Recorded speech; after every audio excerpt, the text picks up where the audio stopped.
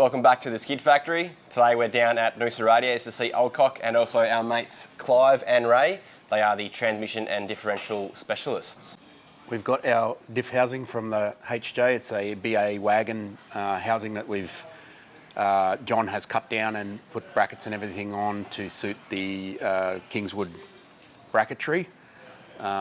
The diff was actually noisy when we got it. We got it off a mate, or we gave him another one actually to replace his, so the bearings were buggered in it. So Clive and Ray have spent a couple of hours already replacing bearings, and now they're resetting up the diff, and it is actually quite a lengthy process. There's a lot of variations, and in this particular diff design is actually quite a difficult one to set up because it uses all shims, and every time you change the shim, you've got to pull the whole thing apart. So we're going to have a look at some other diffs. There's a whole bunch of stuff lying around here. These guys do it all day long, and we're going to explain to you the different types of diffs and the reasons why some cost more than others to work on. While Ray and Clive are over there fiddling around with our diff, we've come across a problem with the crown wheel and pinion on the diff. It's got a bit of a burr on the crown wheel, so they've pretty much said it's not worth fixing because they're a pretty common thing. So we went and got another diff from home, and they're currently pulling that apart to mix and match the crown wheel and pinion out of that diff. In the meantime, we're going to have a look at a couple of diffs we've got here. This is a C10 Chev diff, probably a 12 bolt. You can see it's the same design as our BTR78 or Borg Warner diff. So we would call that a Salisbury diff is what we used to call them back in the day, just because that was a brand that made diffs in that style. And the other style is a 9-inch, which we've dug out of the bin because it's broken. So you can sort of see the different ways of manufacturing the diff. The 9-inch style of doing it, which is much easier to work with, and that's probably why they're such a popular item as far as performance gear train goes. People mostly use 9 inches because they're very easy to work with because this, what we call the pumpkin, comes out of the housing and the housing just stays there. It's not involved in the actual preloading and bearing clearancing. And also with a 9-inch, you can, to set your pinion height, you can load this whole thing up.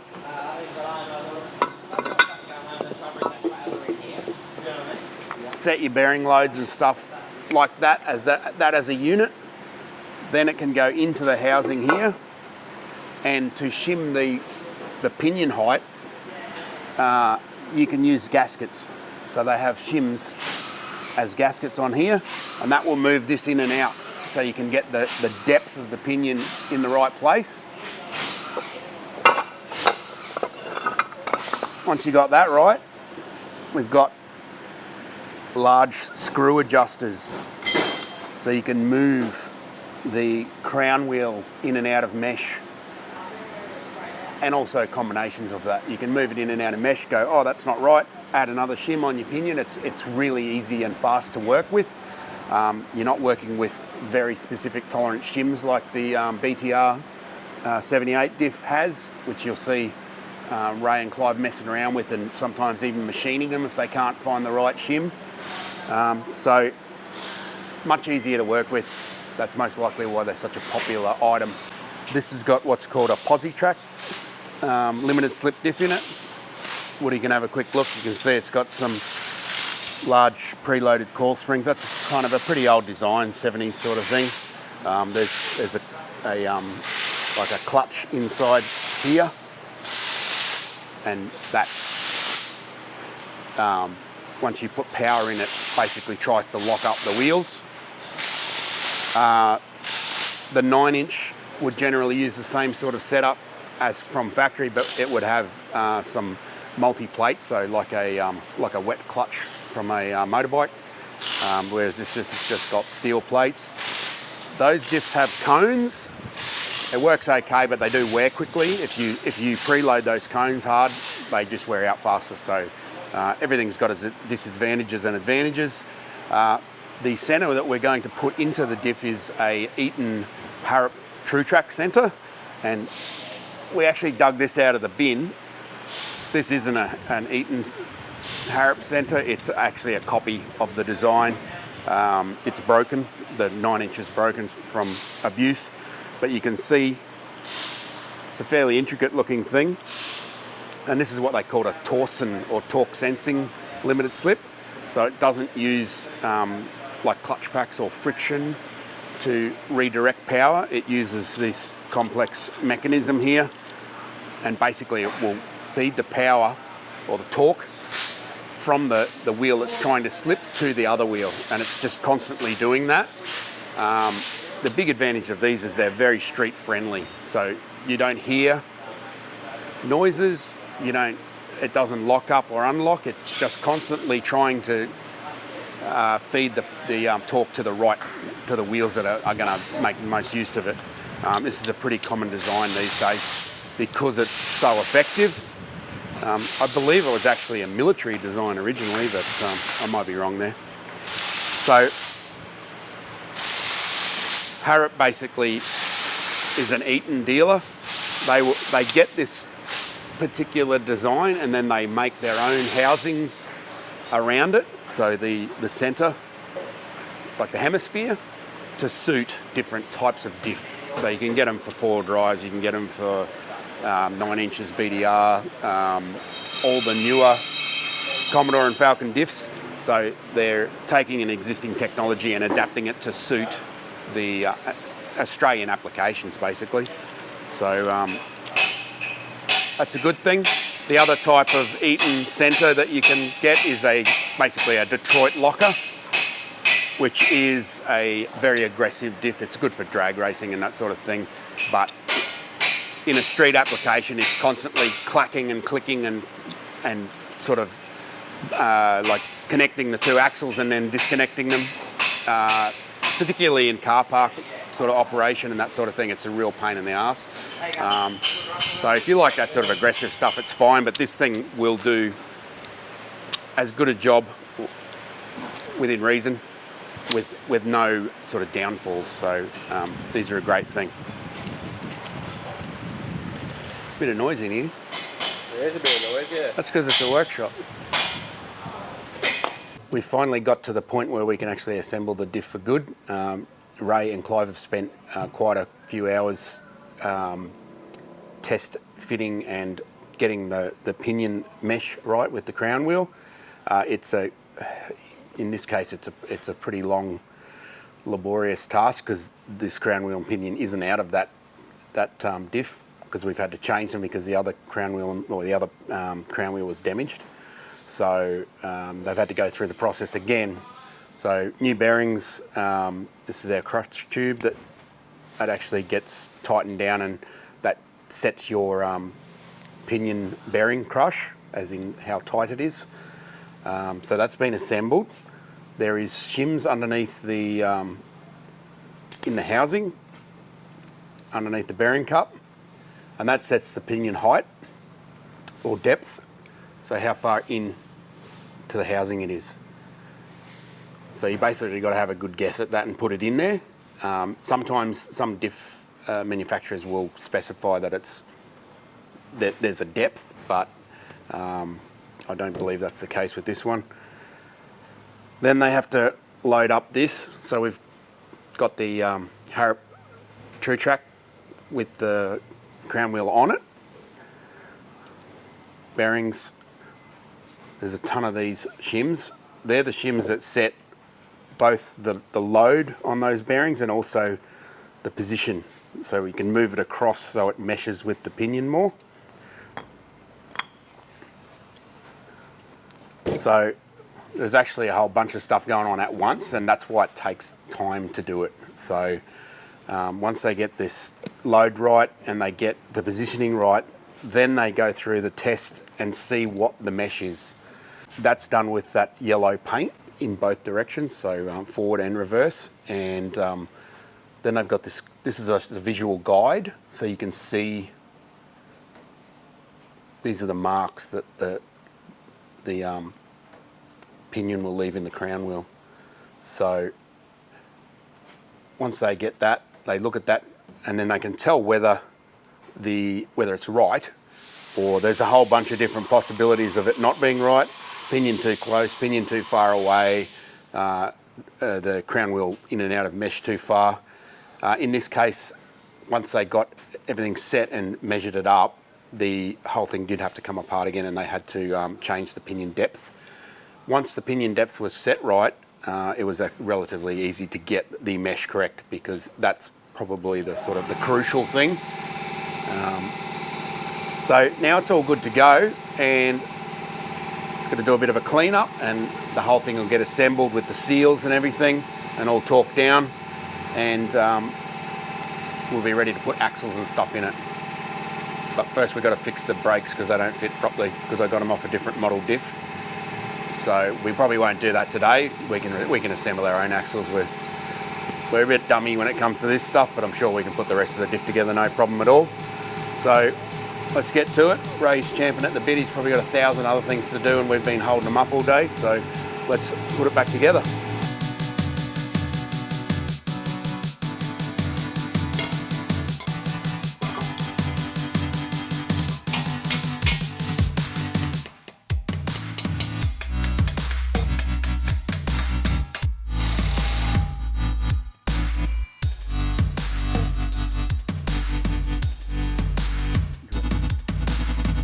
Apparently the measurement is the same feel as putting a stubby down onto a wooden table and turning it.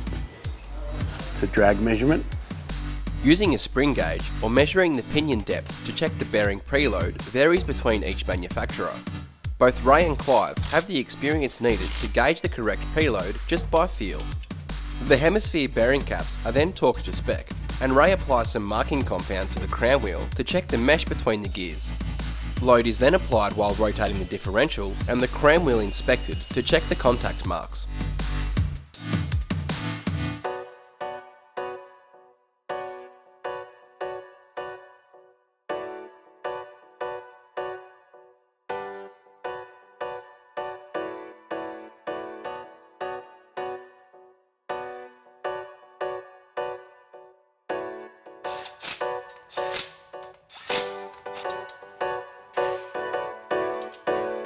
We're ready to take this back to the shed, and we've got to modify the brake back in place because they're off a different model and they've changed the bolt pattern, but we should be able to do that, no worries.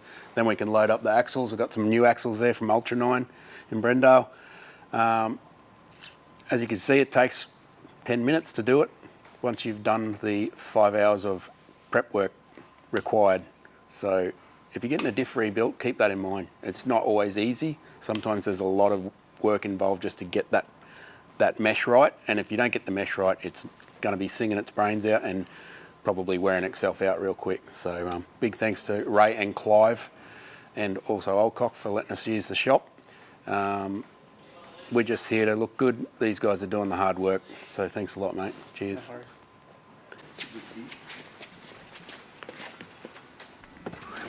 Watch that fishing rod, mate. The hell, bro? What's your favourite sticker? Probably the smoking Mario doing a burnout. Hell yeah.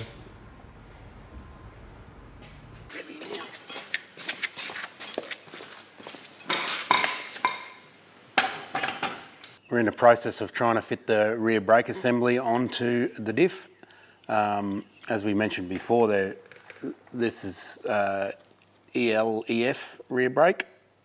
The diffs are the same, but it's obviously different lengths and things like that.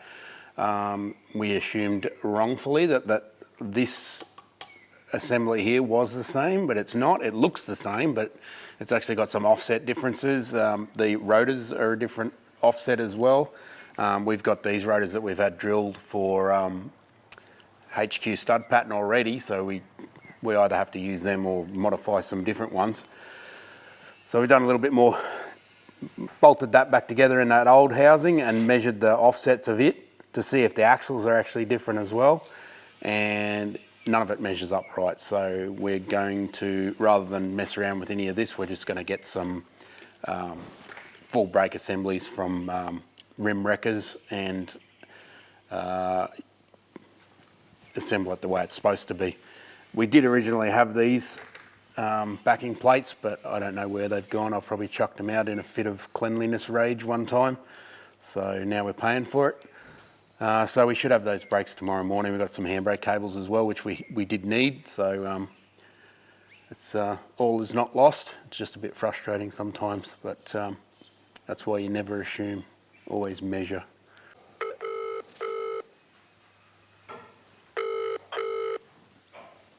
Yeah, rim wreckers, you wreck the cars, we wreck the parts.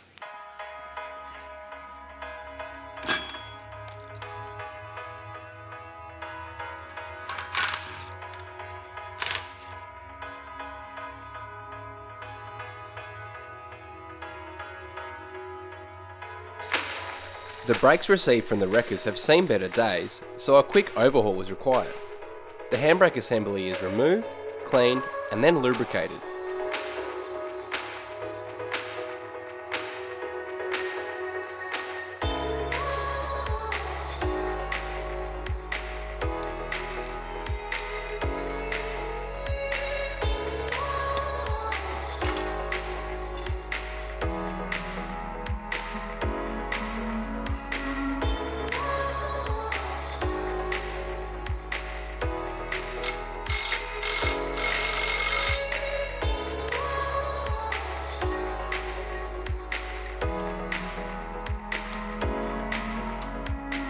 Adjusting the brake shoes to seat in the new rotors is essential to ensure a functional handbrake.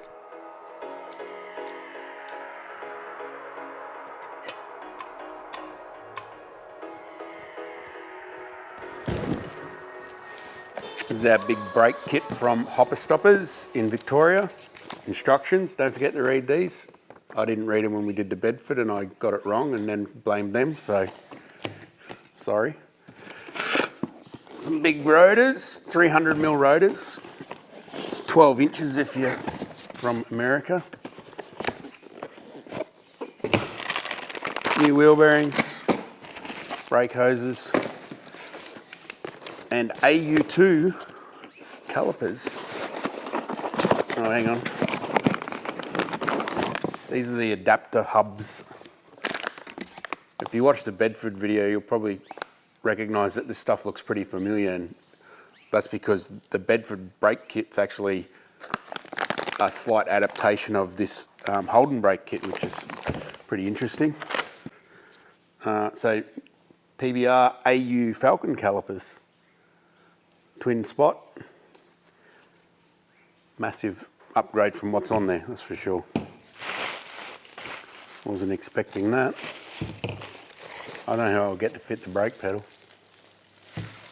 Who's that? Oh, me. So this is all late model stuff, newer than the, off like the WB sort of series, later in the 80s. Better master cylinder, more modern, larger.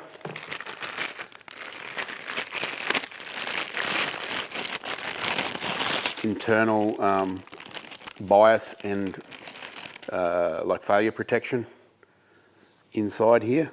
That used to be a secondary module down on the rail, so it's bloody pipes and hoses and shit everywhere making a mess. So this sort of neatens things up a fair bit. Now you can just reassemble those calipers that I just pulled apart and sandblasted.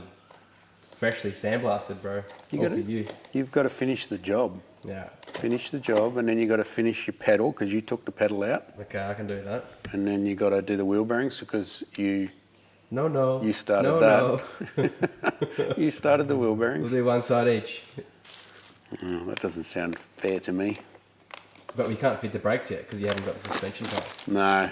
Well, we can fit them, but we'll just have to take them back off again. So we'll do the booster and master, and then I can make the brake hoses, brake pipes, because we have to modify those. But we'll have to wait until we get our suspension kit before we bother pulling everything apart, because otherwise we'll just be doing it twice. No, thanks. Let's finish off those rears and get some suspension.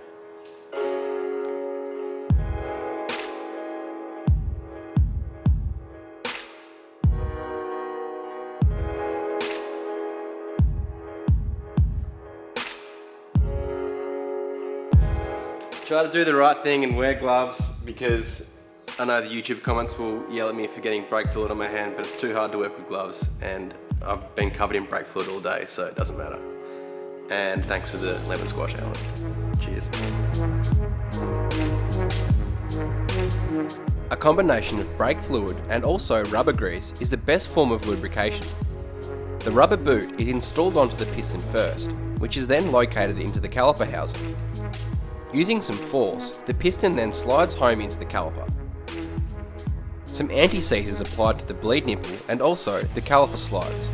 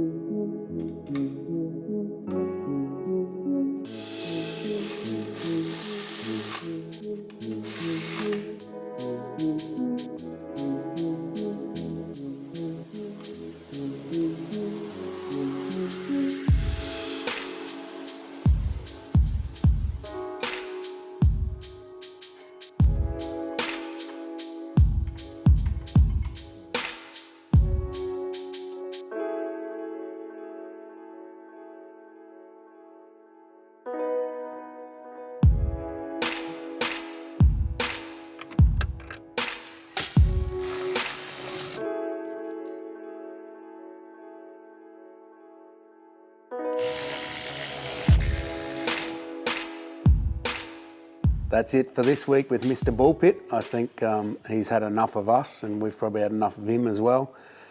We got our diff sorted. It was a mix and match of parts, so it did take a lot longer than it should have.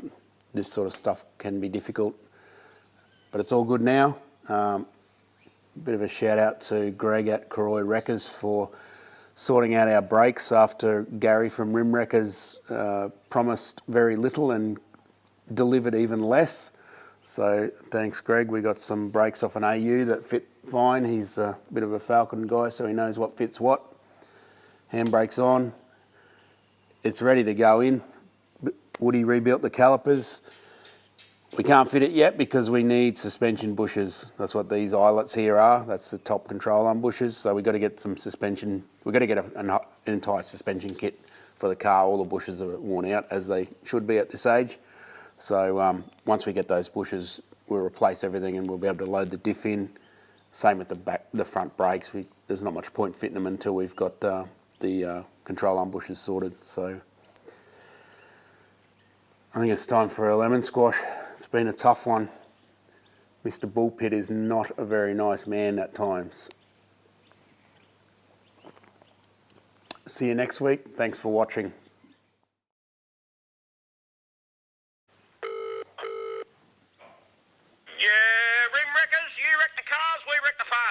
Hey, is that you, Gary? Yeah, mate. What's going on? Hey, mate. You're calling bloody late today, man. I'm telling you. Bit of cheek on you, mate. It's Woody from the Skid Factory, mate. Just chasing a set of like brake backing plates and calipers for a BA Falcon wagon. BA Falcon. Same as EF, same as AU, same as EL. No problem, mate. I've got a couple of busted old taxis. Nah, it's the same. You like taxis, don't you? You mob over there. Yeah, same as AU, but not the same as EL. EL's different. Listen, how long have you been wrecking? Not long, mate. That's right. You haven't been, mate. So don't you tell me what bad brake pads go on EL and EF and AU taxi. I've been wrecking taxis since before you were born, mate. Okay, Gary. Sorry, mate. Didn't mean... Look, all right, so, listen. You've caught me on a tough day, mate. The apprentice just left, all right? He took half the stock with him in the back of his crap Hilux ute, took it all, and now I'm stuck with bugger all, mate. Okay. Oh, have you got any BA Falcon wagons there for us, Gary? BA Falcon, let me have a look. Hang on. Okay. Look at that thing. Johnny! Hang on, I can't find Johnny. Wait. No, you're right. Oi! Oh, he's on smoker. Hang on, I'll look on the computer. Wait on. Okay. I'll just look on the computer. Hang on. how do you work these things, mate? Hang on a minute, mate. Bill, password, Bill, B.I. Gates. Bill Gates. Righto, mate. BA, was it EF backing plates for a wagon? No, BA wagon backing plates and calipers on the rear diff. Same as AU, but right? Same as AU, that's correct, Gary. Yeah. Mate, they were drums. It's all just the caliper and rotors, mate, not drums. Didn't we just discuss that I've been wrecking since before you were in your daddy's you know what? You should know that they all had, none of them had drums, Gary. No, the cheek on you, mate. Listen, all right? You what? Look, all right, hang on one. I'm going to ask Johnny. Johnny, I've had a same as you had drums or that calipers? Calipers. Johnny said they're calipers, mate. Yeah. I don't know why you're asking me for drums. What? Okay, sorry, Gary. Have you got some there? You come down. Look, you come down. Do you want me to send or are you coming down? I'll come down and grab it, mate. How much? All right, hang on a minute. Johnny, that skinny woody plate with the grey hair, he's coming down. All right. Johnny said that's fine, mate. He'll get him off the cove and ready for you at the front desk. No problem whatsoever. $85 plus GST. You pay no look. There's no cashies around here, mate. We're full of jig. No cash. Don't show up with your cash. I'm not interested. The tax man's already called me. All right. So let's just invoice, electronic transfer on the computer device, whatever you want.